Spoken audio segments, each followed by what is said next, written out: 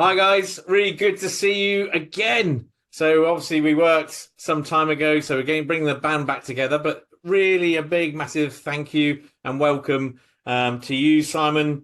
Procurement consultant, expert, and Ben, head of IT and digital at Ted Wragg. So welcome and thank you for coming on this fireside chat. It's really, it's great to see you both for sure. Yeah, So. it's nice to meet you as well. No, all good. So, I think it's great to have you both on here. And the main reason why we wanted to do this sort of special of a fireside chat around procurement is because obviously there's a lots of mats, lots of people going out to tender. And I think there's a lots of different perspectives on what good looks like. And I think it's really important, wherever we can to help and support mats and, schools and authorities and whoever really when they go out to procurement. And even though we're going to focus a bit probably more on MIS because that's what we all worked on together. Obviously, this is not just about MIS; it's about procurement of any solutions that you might be considering bringing into or supporting your MAT, at any particular time.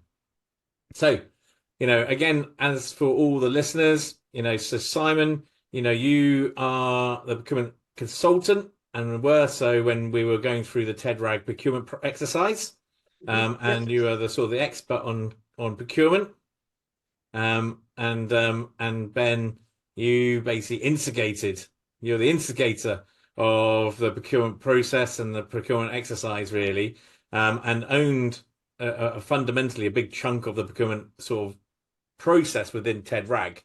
And I really wanted to get your views as much as Simon's regarding the two different perspectives. The one from the sort of instigating it and trying to sort of manage it from the map perspective, but also having the expertise, basically helping direct and making sure fundamentally the procurement process was adhered to and basically legal, which I think is what I think most mats want, but sometimes can be a bit sort of scared about making sure it happens, as I would be, if I'm being honest. I think I would need to go to an expert as well.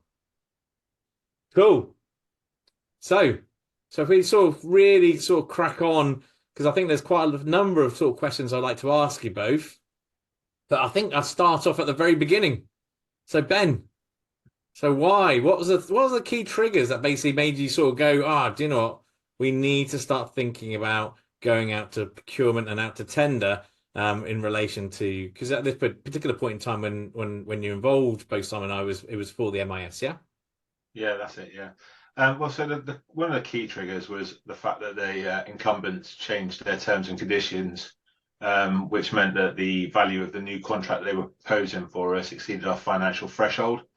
So we needed to, fill our adhere to our financial regulations and go out and re-tender.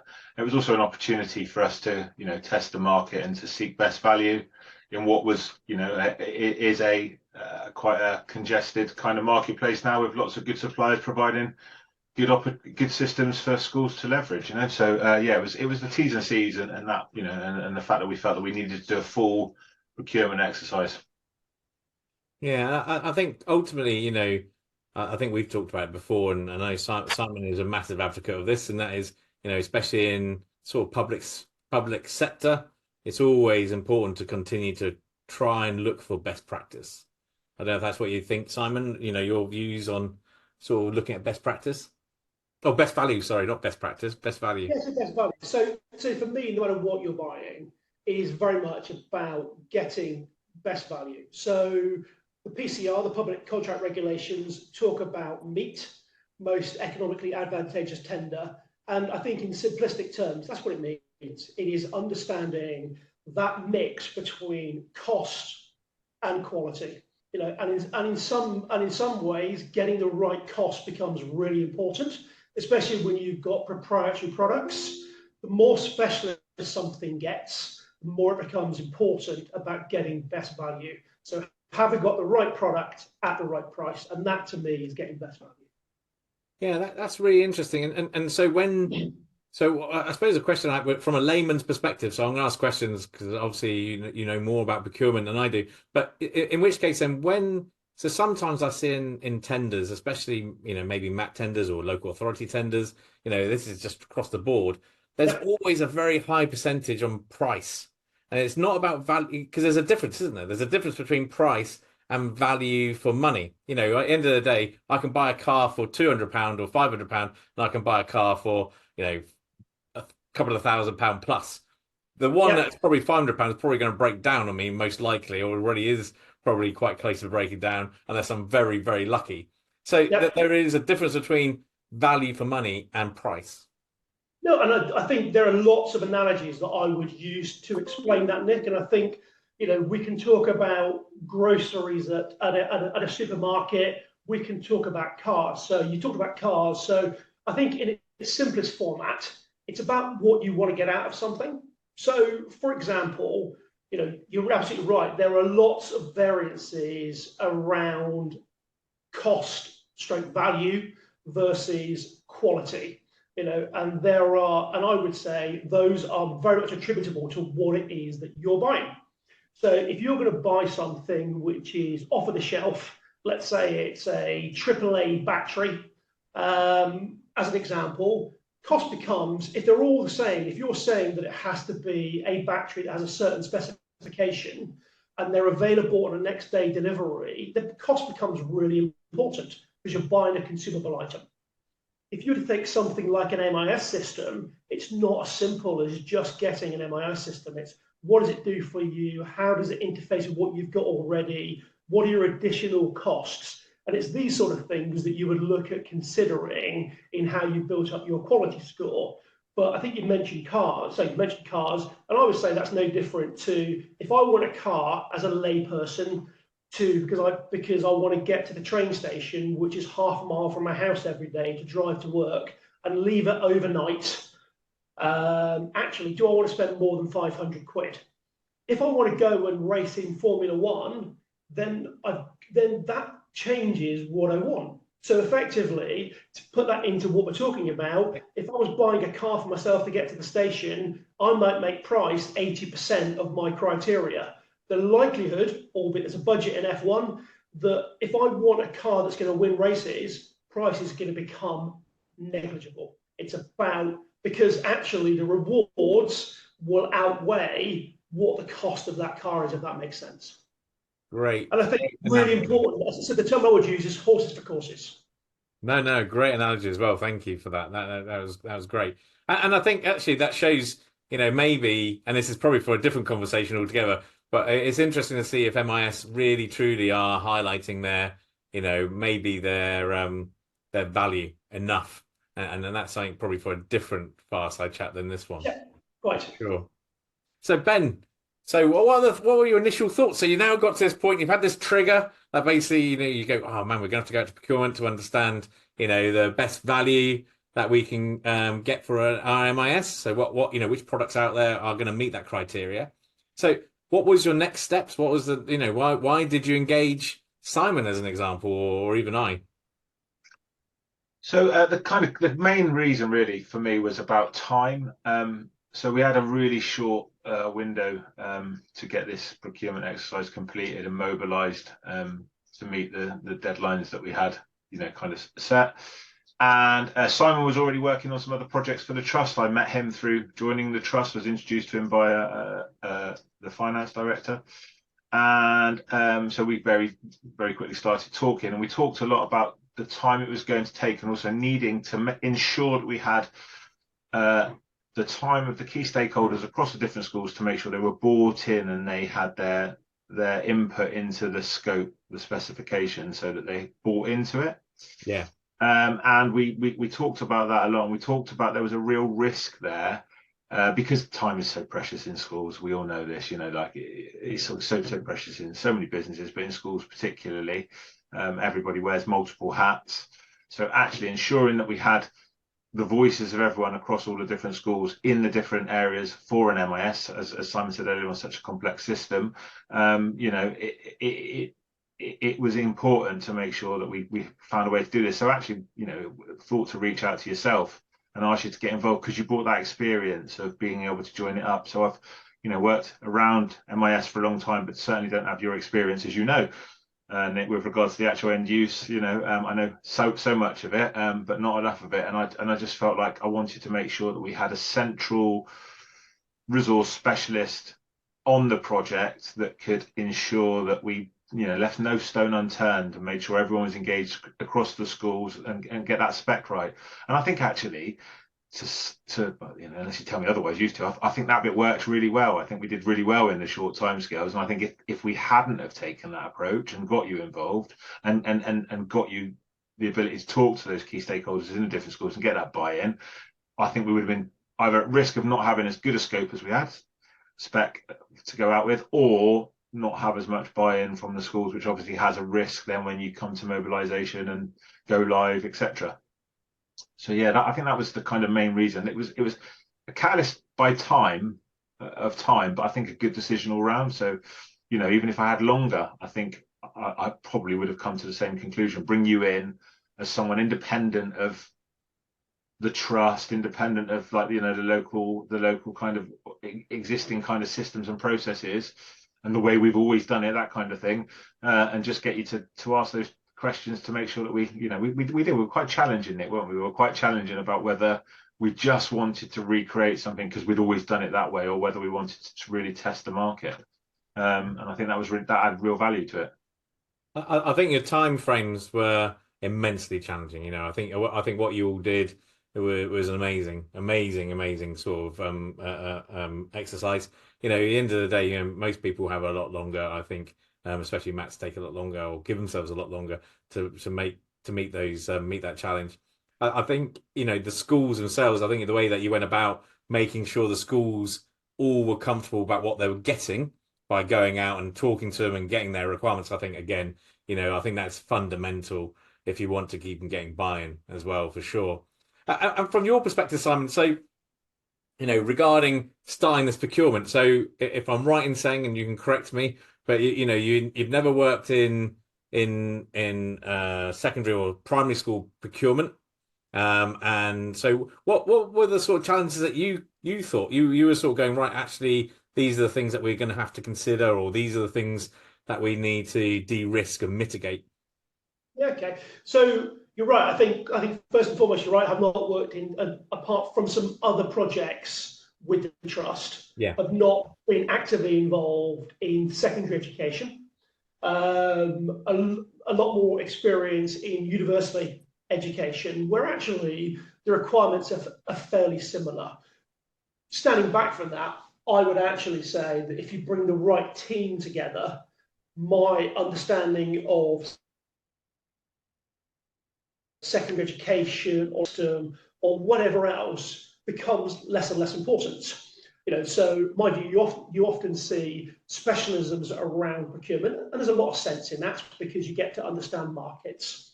But again, as a procurement practitioner, it's certainly the public sector, it's about applying rigor and openness and transparency, etc., to any process that we're working on. So I was asked to work on this.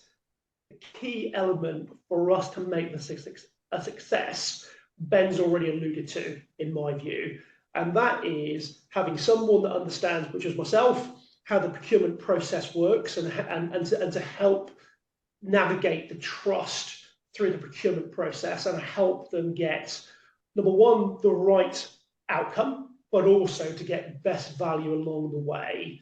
And to do that, you need a mix of people. So in this case, we have himself, we had high-level buy-in from the trust, as Ben said, not just to replicate what was already there, but was to say, what do we want out of this? If we're going to go and do this, we are going to go and do this because our financial regs say we have to. Let's make sure we get the right product. Let's make sure we understand what we're buying and make sure that we're not just looking at what we've got today, but what we might want tomorrow. That was the first stage. The second stage is, and as Ben alluded to, Nick, they brought in yourself because you had a really good understanding of MIS systems. So we brought in some critical friends. And then to add to that, we got buy-in from the trust. So from those end users, they're like anything, whether you're buying an MIS system or whether you're buying a boat or a car or whatever, there's no point doing that in isolation. It has to be with the end user, so that when you get, it's the term I would always use is, we need to know what good looks like. Yeah. And the only people that know what good looks like is the ones that use it at the ends. And that is then tempered with the person that's going to project manage and mobilize, etc., that product, and make sure we've got a holistic view of what it is we want to buy. Yeah, no, I totally agree. You're really, I think the end user is really, really important, but you're right. I think having the MAT, the board really on board, really taking up the sort of, or wanting to lead on it and so on was really, really critical, I think. And Ben, let's not belittle, at the end of the day, we've been talking about these other people, but you absolutely brought everybody together.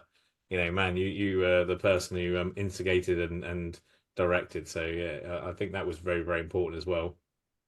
Quite challenging with the timescales, as you alluded to earlier on, Nick. I think. But anyway, but Ben, we know you love a challenge. Yeah. In relation to, so we sort of thought about some of the pitfalls and so on. Are there other pitfalls that either of you two can think about? So we there are, let's be really frank. There are definitely certain procurements out there that have not necessarily gone as well as they potentially could do. Are there things, especially probably from your perspective, Simon, if you don't mind, are there things from a procurement, I suppose, sort of starting one and basically performing, going through the procurement, that people need to be considerate of, because ultimately, if they don't, then that can lead to either challenge, or it can lead to maybe a procurement at the end of the day. Let's face it, procurement costs a lot of money. We all put a lot of time and effort into those things, and ultimately, if you do fall foul of any of these issues, then that can also mean that you have to start from again at the beginning and then re-spend that money. So, are there things or pitfalls that you would say that people need to consider, especially, like I say, based on some of the challenges that have occurred so far within the education sector? Absolutely. So, first and foremost, when we undertake any sort of procurement, we have, for want of a better term, a checklist.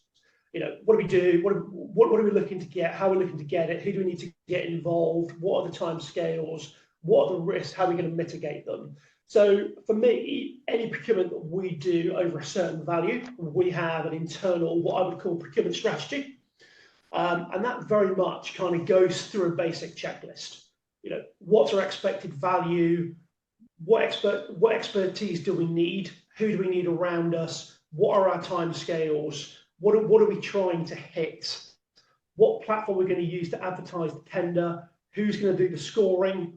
Making sure we understand what we're trying to get out of it. You alluded earlier on to award criteria. What's important to us out of this? Is it cost? Is it quality? How do we bring those two things together and make sure we get the right result? Because, unlike lots of commercial procurement, when you go and buy something commercially, you get your proposals back and you look at them and you take more of a subjective view around what good looks like. There are things you may not have thought about, things that a party might bring to the table that you hadn't thought about. It doesn't work that way in public sector procurement. You have to set your stall out before you go to tender. You have to be open and objective and transparent with the market in terms of how you intend to award that contract. And I'm going to be very honest, sometimes, again, been involved in lots of procurements, you don't always like the answer, but the answer is the answer. And I think you've got to, so therefore, you've got to really think about what you want to get out of something. But I think to summarize that, Nick, what I would say is for this is, number one, get your specification right. What are we looking to buy? Because we have to send a clear message to the market about what we're looking to buy. Now, depending on how complex that is, there is often a lot of pre-market engagement. So you will often see formal pre-market engagement, i.e. organisations will issue pre-market engagement that says, if we came to tender with this, how would you respond? A lot of pre-market engagement tends to be a bit more informal, i.e. is there a market there to support what it is I'm trying to buy? very much on this tender, we looked at what the market were offering to make sure that if there were a number of providers that could provide most of what we wanted, we didn't want to discount any of them, because we want all the providers that can meet what we want to submit a bid. Yeah. So let's make it easy for them to submit that bid. Let's not close off that tender for a particular reason, which might be a really, really nice to have, but if it shuts out lots of the market, let's not do that, because we want the right product and we want best value. So let's make sure we get asked, let's understand what the market can give us. Let's understand how we produce a scope that means that we can tell the market what we want. We can make sure that we're scoring it fairly, so that when we score it, they can look at, number one, how they offer their solution, and two, how they price their solution to meet our requirements. And very much so, and a lot of the tenders I've been involved in, and certainly around MIS, is being really clear around what the pass and fail requirements are. If it doesn't do this, we don't want it. And if it doesn't do this, if you're a supplier, if you can't provide it in the nicest possible way, don't bother bidding, because we're not going to accept that because it falls below our minimum requirements. Yep. So very much, what's the minimum requirement? Okay, so we know that that's what we want. If we don't get that, then it's not acceptable. Then we can start to look at how we apply some of our award criteria around what are the nice to haves. If it did this, that'd be great. Okay, but what's it worth to me? And that's when you start to think about how your award criteria fits in with getting the right product at the end of it. I think once you've done that and you've got the right people in place, you've thought about what might go wrong and how you can offset or mitigate the things that might go wrong. Outside of that is going to the market with a desire to make sure that you're going to award this contract to the person that wins based off what you've put out there, that you've got the buy-in of the customer, that that's what we're going to do, and then to then be transparent throughout that whole process. So a lot of trusts and a lot of small organizations don't necessarily have a fully auditable procurement platform. So, for example, we would always recommend that someone, and you can buy them for a one-off tender, that someone uses a procurement platform so that any correspondence, any bids that are received are fully auditable, etc. Setting your stall out and then making sure that you score it fairly and give non-successful people fair feedback. Yeah, I think sometimes and I've seen it in, by the way, completely other markets where sometimes it's not necessary. And I mean, in the public sector as well, they're not very straightforward in the feedback on why they came to a particular conclusion. And that's not in the education. Oh, it is education, but it's local authority education that I found that in as well. I think just to add to that, Nick, I think it's really important that when any organisation gets involved in a complex procurement, and to produce, if you look at this example, the amount of minimum requirements and possible additional extras that we'd ask the market to consider took time to respond to. It took time to come to an interview. It took time to do everything that they needed to do. Therefore, I am firmly of the view it is incumbent upon the tenderer to give fair, open, and detailed feedback. Yeah, I'm with you on that one, 100%. So in relation to, going back to the point of getting the right people in, and how do you, and this is a question to you, Ben, as well. How did Ted Wragg, or how did you, and how would you suggest as well, Simon? So I'll start with Ben. But how do you get rid of some of the bias? So I've always looked at things like, when people are basically going to, score, that surely there must be some bias. In the day, if I've used a system for X number of years, I'm probably going to be a bit biased to it potentially. Or do you not think that is the case? Maybe I'm completely wrong, but there's part of me sort of goes, I'd be a little bit biased towards it. I'd be going, actually, do I want to learn a new system? Quite like what I do at the moment. Is that something that came into your minds, or is that actually a case of going, no, actually, we were really 100% confident. there was going to be no bias. So Ben, what was there anything that you thought about along those sort of lines, or did you feel actually if a new system came in and they basically turned the heads, as it were, then actually it's a really good system. Yeah, I think there's always a bit of that concern, isn't there? But I think it was the way we set out our scope. We made sure that the scope asked really clear questions that were really easy for the bidders to demonstrate whether they met the criteria. And I think we poured over that, didn't we? I don't remember. It's a couple of years ago now, isn't it? But a couple of years ago now, isn't it? And we really tested those questions internally hard before we put them out, and made sure that even if somebody did favour a system, it was kind of a pass-fail kind of approach to it. So I could favour one platform over another, one solution over another, but if an alternative met the criteria, then it got the same marks. And we were really clear of that, and there was really we had really independent scoring across the people that were involved.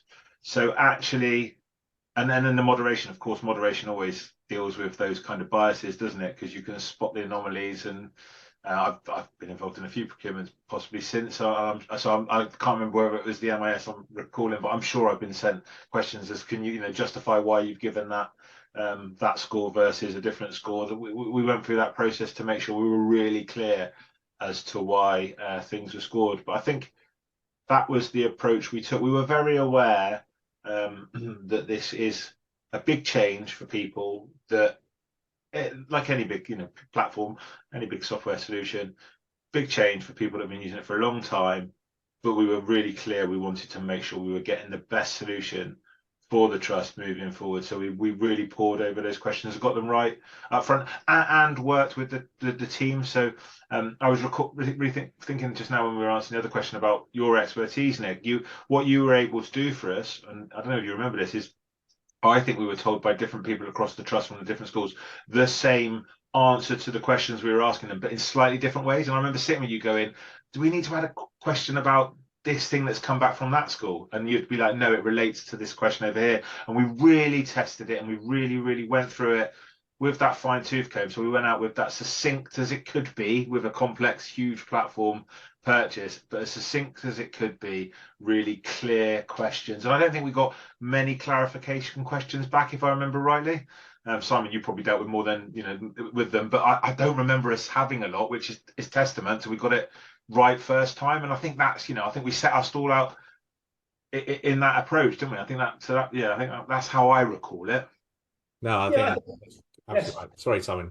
No, so my apologies, Nick. I was actually going to say exactly the same thing. The one thing, just picking up on what Ben just said, it's actually just going back to a previous question, Nick. I think one of the things that was really important, which I think I would say this, I think we did really well, was that we gave a pricing template, and there was we didn't allow any variance from that pricing template. You will not give us a proposal. You will price. We know what we want. We know we align the pricing template with our quality criteria in terms of, these are the things that we've asked you to do. Now we want to know what the costs are for those things. These are things that you must do as a minimum standard. What's the cost for that? And then we fully understood what the additional items were. But I'd probably go back and repeat myself in terms of bias, Nick. Well, from a personal perspective, I don't want to be involved in any tender where any of our customers have got a view on what the outcome is. Yeah. Because straight away, that is not something that I want to be involved in. Because any tender that we're involved, I made the comment earlier on that sometimes you don't always like the answer. That's public sector procurement.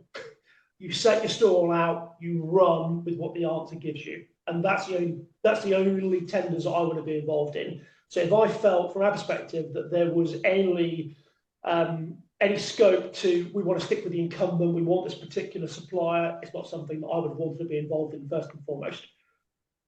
I think to add to that, we alluded to earlier on, there was buy-in from the top that actually we are going to go and test the market, and we want the best product we can get. That was That was the absolute drive and instruction from the top of the organisation. There will always be bias, no matter what we do. If we go back to cars again, there'll be certain people that have got bad experiences around certain vehicles, that have got, if we move away from cars, certain experiences around certain supermarkets or whatever it might be. And those biases live within all of us. One of my favourite sayings ever is, a lot of people don't like change, they don't like transition. But by getting people involved from the beginning in writing the specification, we took away the ability for bias. Their bias was potentially built into the specification. That's when it was checked and removed if it was felt to be biased. And then moving on again, as Ben said, we're then looking at moderating scoring. Bias stands out like a sore thumb. If there is real bias, it stands out. And then that gets picked up in the moderation, having the right number of people to review the bids so that you get a cross-section, in this case from the end users, but also from the people like Ben who are going to be involved in project managing the implementation. Yeah, I think that, again, great answers. In the sense of, so we're basically, at the moment, we're still going really think very hard about your requirement and make sure that you have the structure from a procurement perspective in place. So you know that basically there is complete and utter transparency in everything that you're doing with every supplier, and everybody's treated equally, basically. And at the same time, make sure everything's tied down. That basically it's very hard to create bias, because ultimately the questions are such that basically it's quite it's just a straightforward, does this do this that you want it to do, or what we want it to do, and obviously you have to rank it a little bit. But I'm guessing the consistency is the other piece, really. What you're both saying is, having those same people on and making sure there is no sort of, swapping people in and out just because somebody's busy and that sort of stuff. Trying to keep that consistency is really important. Absolutely. There's no point bringing someone in, for example, to score something if they've not been involved in scoring the whole process. Yeah. So again, there are lots of examples where you might have subject matter experts.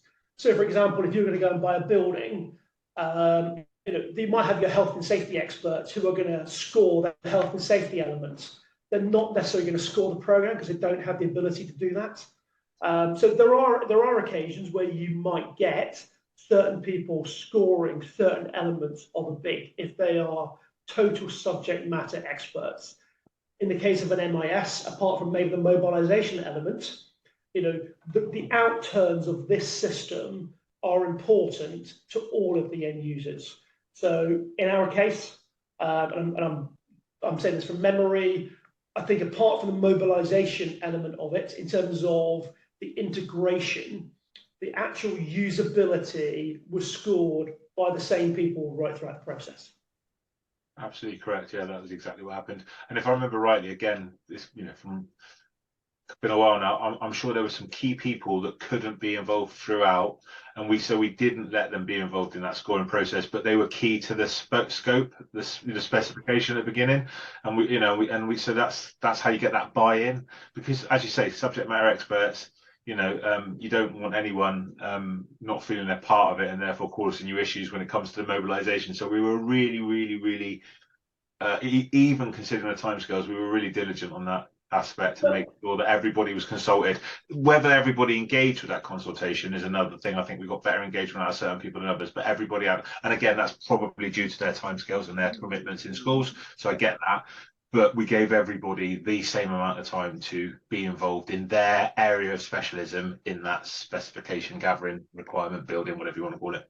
Yeah, and what we also did, Ben, was we were very clear with the panel that if they were unsure how to interpret something, to ask.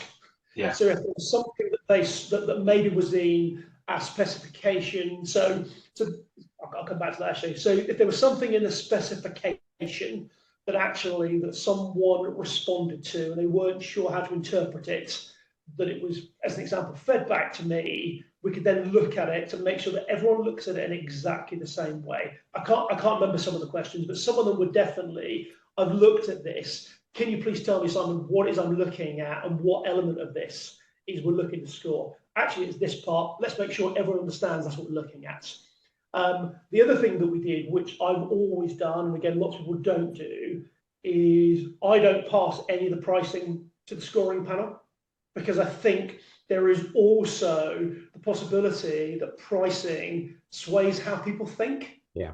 Give an example, not around this MIS or anything that we've been involved in more recently, but I've certainly been involved in examples in the past where someone will go, I've looked at their bid, it's too cheap, so I scored it appropriately. Yeah, no, you don't do that. Yeah. That's not how it works. So what we always do is make sure that none of the scorers get to see any of the pricing. In fact, taking this as an example, we collected all the scores back in, we moderated all the scores. The senior management team didn't know what any of the pricing was. We, as an external consultant, brought together the quality scores from the panel. We moderated them. We then applied and reviewed the pricing. And because it was in a confirmed template that couldn't be amended, it was very easy to actually assimilate price. We then added price at the end of all the quality scores and gave, in this particular case, and we do all the time, the trust the outcome of the tender process. And that's exactly what happened. I don't think I ever saw the price at all. That's really interesting. That's a really good point, I think. That's a really great point, because you're right. You know, we all would have some form of bias around price. If price came in too low, you'd either go, well, that can't be a very good system, or you might even go, that must be a really that they're definitely should win because of, it's the best priced product. So yeah, you're right. Then you would stop considering necessarily the functionality and the quality of the functionality. That's a great, yeah. Do you know what? I never knew that. That wasn't part of obviously what I was involved in. So, but that was, that's really good. That's really good. I'm not saying everyone does it, Nick, but it's something we've always done, and I think it's because I've heard certainly more than once, well, they can't possibly do it because they're too cheap. Let's score what they've given us, and we'll go from there. So regarding pricing then, because we've talked about functionality quite a bit there, and I think everything you both said is spot on, having people involved and so on. Going adding a bit more into pricing. So what other pitfalls? So again, there are obviously a number of different things that have happened within the marketplace and a number of different cases and challenges and so on. What other things would you say are considerations, things that you should look out for, be very careful about? So that is a great point and example. Ultimately, probably keep it separate from the scoring or the functionality. Are there other things that if you're not careful, you could find yourself, being challenged on if you're not careful in relation to pricing?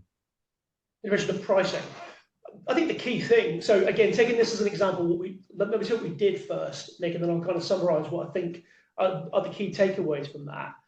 In terms of pricing, we were very clear on what the minimum requirements were. So you will provide us, that sounds very dictatorial, but in the way I mean it, you will give us a proposal to meet our minimum requirements. Yep. We are not going to commit to buying anything but the minimum requirements. We then had a series of, I think the terminology we used was nice to haves, etc., etc. And we were very clear about what those were. We were very clear that they were not part of the scoring process. We might choose to take those items at our discretion, but we're only willing to commit to buy a particular system. That particular system, then we also factored in life cycle costs. So not just what does it take, or what does it cost to buy this piece of equipment? What are them? And this is off the top of my head, so these are very generic things, Nick. But what's the cost of implementation? How many days are we buying for that? What's the cost per day? What's the cost of owning this system over the next 10 years? So what are the licensing costs? Build in inflation at this point. So we knew, and I can't remember exactly how we did it, but we knew whether it was for 5 years or for 10 years, what our cost of ownership was of that system. Okay. And I think so in terms of the general kind of pitfalls for me are not changing scope. So, it's about understanding the scope and not moving the goalpost part of the way through. So this is why it's so important to get the scope right. So whether that be you changing the scope during the tender process, which again doesn't help anyone, but also not changing the scope after contract award, because actually that's unfair to anyone that might have lost that contract, because if the scope was slightly different to what you end up using long term, could they have given you a better solution? So for me, scope is absolutely fundamental. What are we trying to buy? Do we know what it is? When we get it, when we know what it looks like, first and foremost. And then making sure that we're transparent about what it is that we're going to buy and how we're going to score it. Now, it is very commonplace in public sector procurement that you take the lowest price and then all prices thereafter are proportional. That's the standard way of working out price in the public sector. So effectively, if you're putting 40% to price, the lowest cost is going to get the 40%, and then you would use inverse proportion thereafter to work out the other prices. It's important that you can compare apples with apples, and the key way to compare apples with apples is to get the market to fill in your pricing schedule, not to invite them to give you a proposal, because everyone will interpret those requirements differently. Yeah. And I think I remember something. It might be a different procurement. I seem to remember that someone tried to submit without filling out their pricing schedule. Someone tried to submit their standard, price list, and I think we just, sent it back saying that, this is not a compliant tender. Yeah. It was this one, wasn't it? It was, yeah. Yes. And well, I assume they can't then submit another one, or did they? No, not after the date. No. So if the date has passed, so hence going full circle, Nick, back to your procurement platform, you can very clearly see, that when those bids have been uploaded, if something has been missed, everyone has had the same opportunity. Effectively going back to that pricing sheet, what you're asking people to do. So we as an example, you will issue a form of tender. The form of tender is what gets incorporated into the contract, and you're effectively taking the total cost of that, asking that bidder to put that into the form of contract, which is what forms part of the contract. Okay.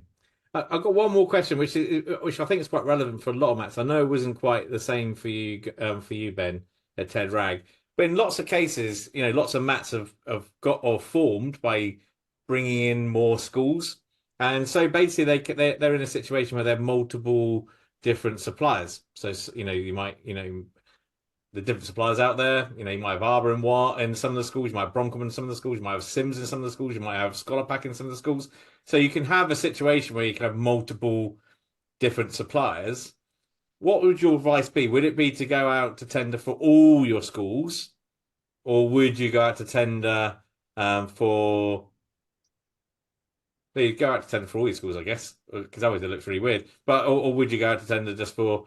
So how do you go about price? The price point. What's your expectations? What do suppliers need to be aware of in relation to? That question that's aimed at Ben. Nick, can I just jump in there and say? Sorry, Simon. It was because I think Ben is a slightly different, because Ben it was purely you had purely Sims, I'm guessing, without being too.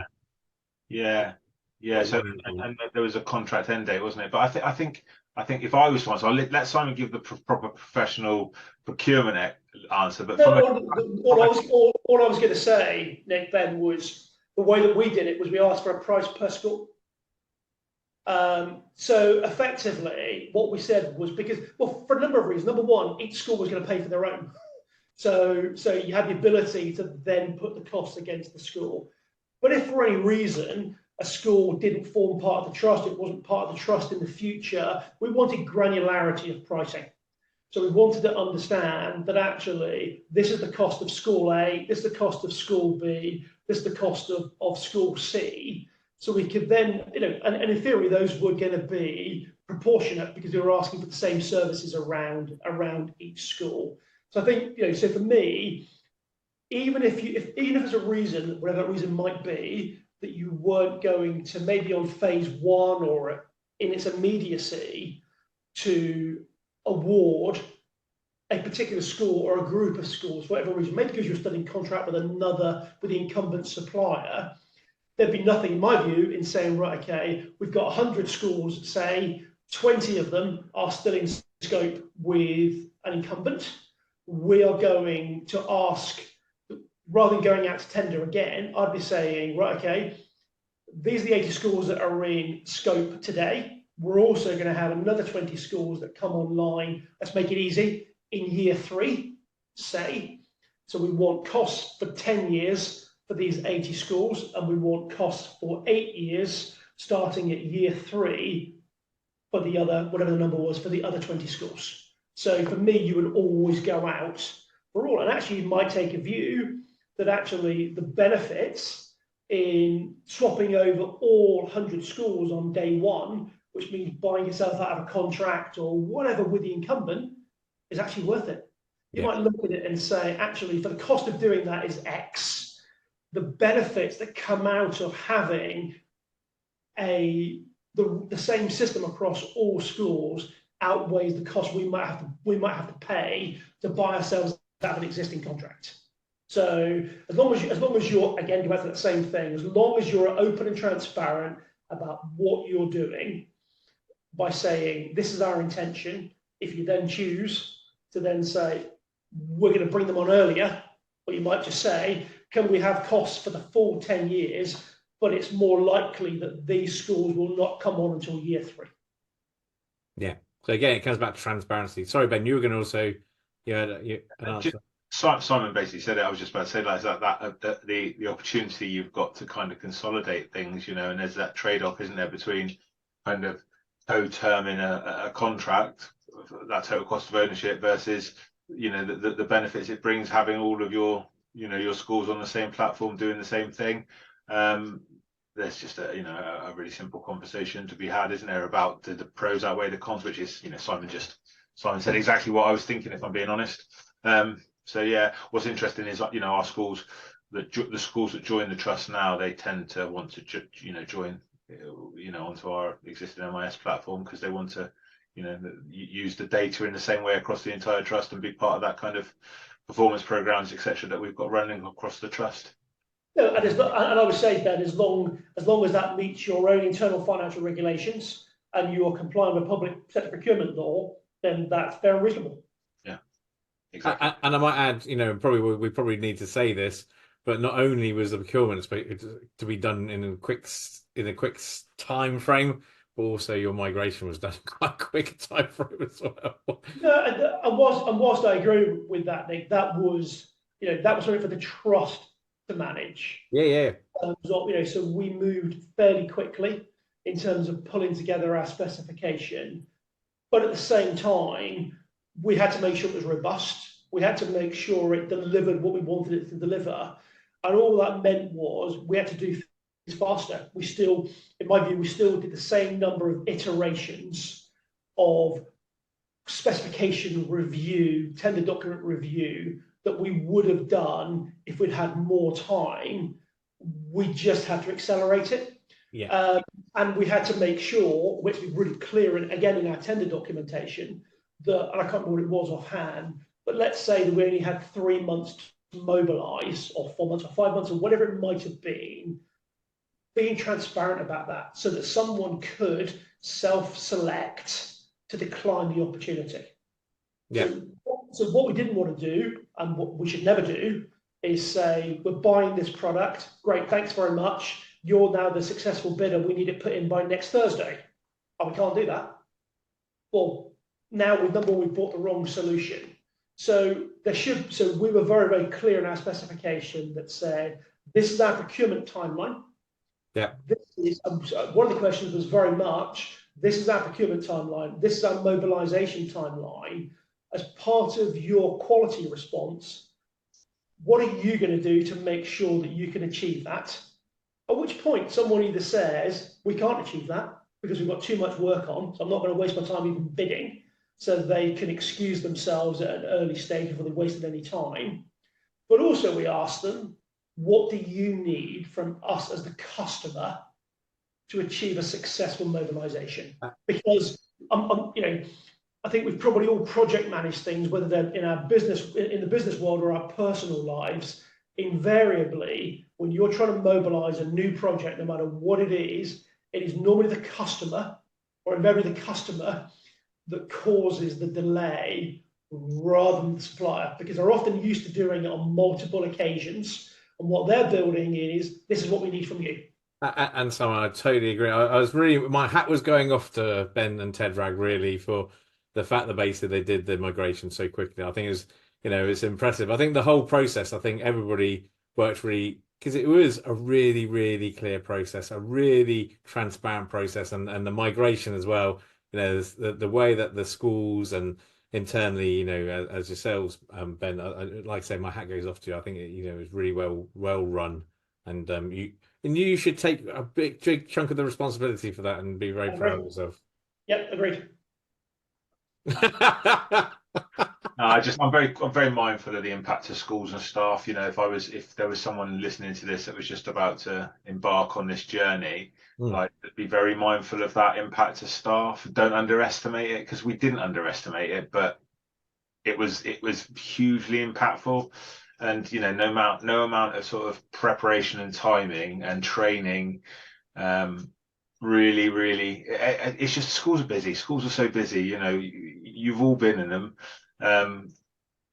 People wear multiple hats, back to that multiple hats thing. So we're asking people to move to a new system, to fill out, attendance at the start of term in a new system, when, lots of other things going on in a busy school, and them having to remember some training that they'd done, prior to the holiday period, etc. I'm just, really, really grateful that we had a resilient set of staff out in the schools that kind of embraced it. And I think our work stream approach, our scope approach, how we built it up from day one and got those key stakeholders involved in schools. We had this idea of work stream leads, trust work stream leads, so that worked across the whole trust for those work streams. So an attendance work stream, a behaviour, a data work stream, etc. I can't remember exactly all of them, but then we had project leads, didn't we, in each school, like champions for each school. And I think that was really key, because it was hard. It was hard when we went live. It was really hard, but actually no one felt like they were on their own. There was a support network in place in their local setting, in their school, and also across the trust. And I think that worked really well. And it came out of building those requirements at the beginning. So it had real credibility and validity, because people felt they were part of it. So that was useful. And actually, if I'm being honest, I'm definitely not taking the credit for that. That was someone I spoke to prior to us going live, that I, spoke to another trust that had taken that approach to build these work streams and they're great. If I'm being honest, I think we probably should leverage them more now and continue to kind of get the value out of them, because there's lots of great practice going on across the schools, and I'd love to think that they were sharing it, and I'm sure they are. I just don't get involved as much as I did during the MIS, during the actual procurement exercise. Well, I think to add to that, Ben, I think the reality of the situation is that when we confirm to the team the successful supplier, and going back probably to Nick's question about bias, I think everyone would have been happy to have walked away before the summer break going, oh, this is great. The incumbent has won the tender. They've got the best solution. They've given us the best price. They've given us the overall best value. I can go away and enjoy my summer. The reality was that wasn't the outcome. The outcome was that it was a change of supplier.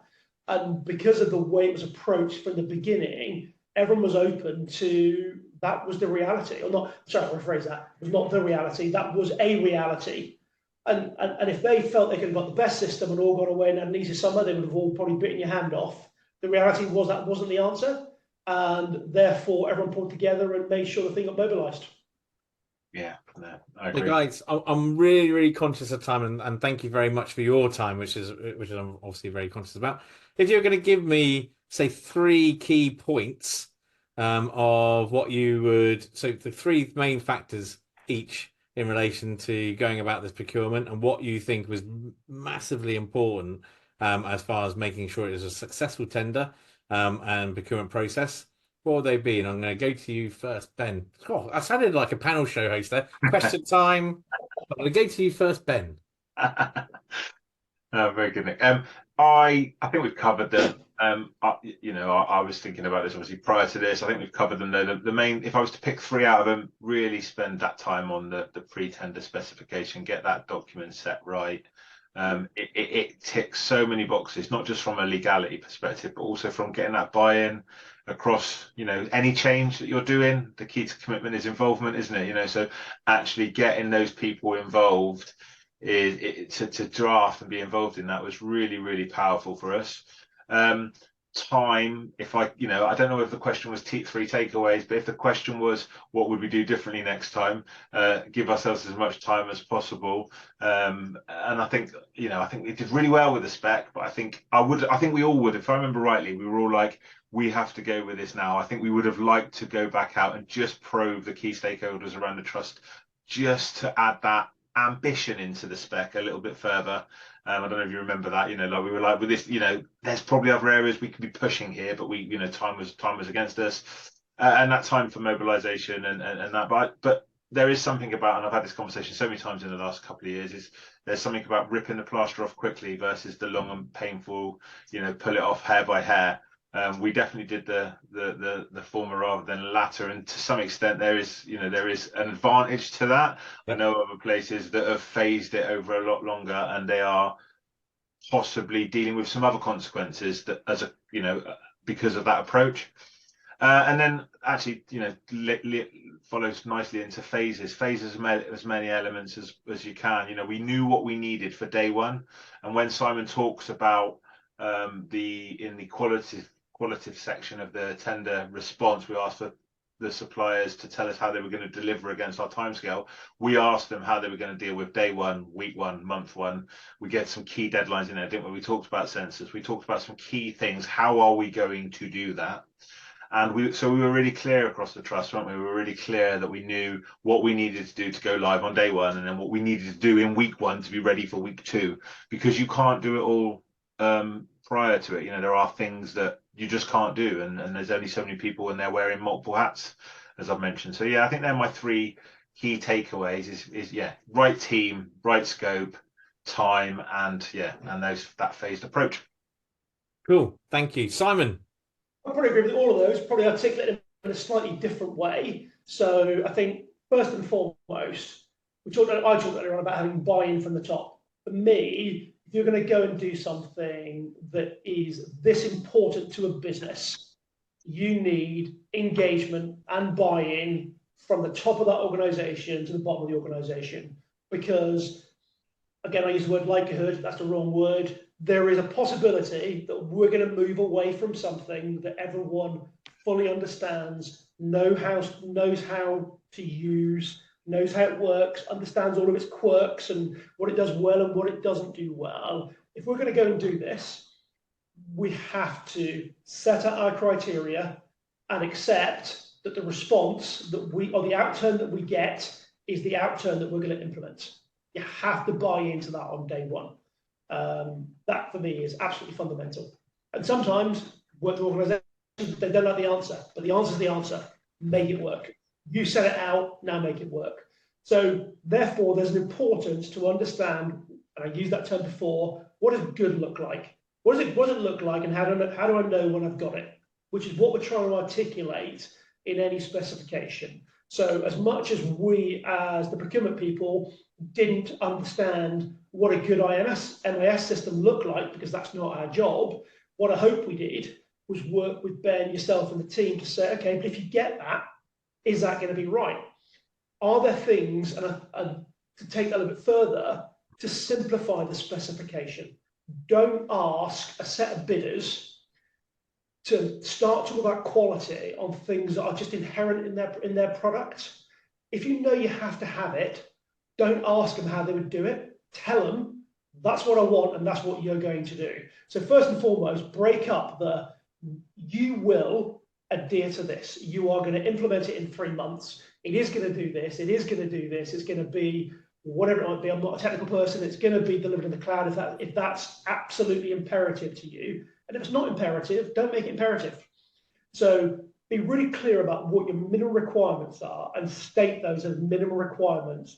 We see it all too often about, well, will your system do this? Well, you've already told me it must. So don't ask me whether it will do it. Tell me it has to do it. End of conversation. Then actually use your reward criteria and consider it really carefully around getting best value, because it's those additional items that give you that added value stuff that gives you real value. That's the second thing for me. We talked about time, so that's kind of Ben's. I'll leave that one there. Totally agree. Obviously, as much time as possible, but also do your due diligence. So what we did around due diligence around this as a team, not individually, was with the specification we were going to buy, is it available? Can the providers in the market provide it without adding lots of costs to create bespoke systems? Unless that bespoke system is so important to you, all it's going to do is bring cost. So let's try and by doing market research, let's understand what's available and does 95% of that meet our requirements. And I think lastly, we chose not to do this for a very particular reason, but we haven't talked about it, is are there frameworks, whether it's an MAS system or whether it's something different, are there frameworks out there that will allow you to simplify the process? Has someone done all this work for you? Is there something in a standard specification that actually you could say, if we were to take that standard specification off the shelf and drop it into our trust, it will work perfectly? Okay, so why make it so complex?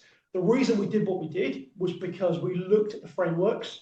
The frameworks were set out in such a way that the team, i.e. the internal school and their advisors, felt that what was available to them wouldn't meet their unique requirements, wouldn't meet, I can't remember the terminology that Ben used, but wouldn't meet what they wanted in the future. So they wanted to get for the market, how is their product going to evolve? How are they going to meet, the changes the trust might go through, et cetera, et cetera. And we felt, after a lot of due diligence, that didn't meet the requirements of this individual tender.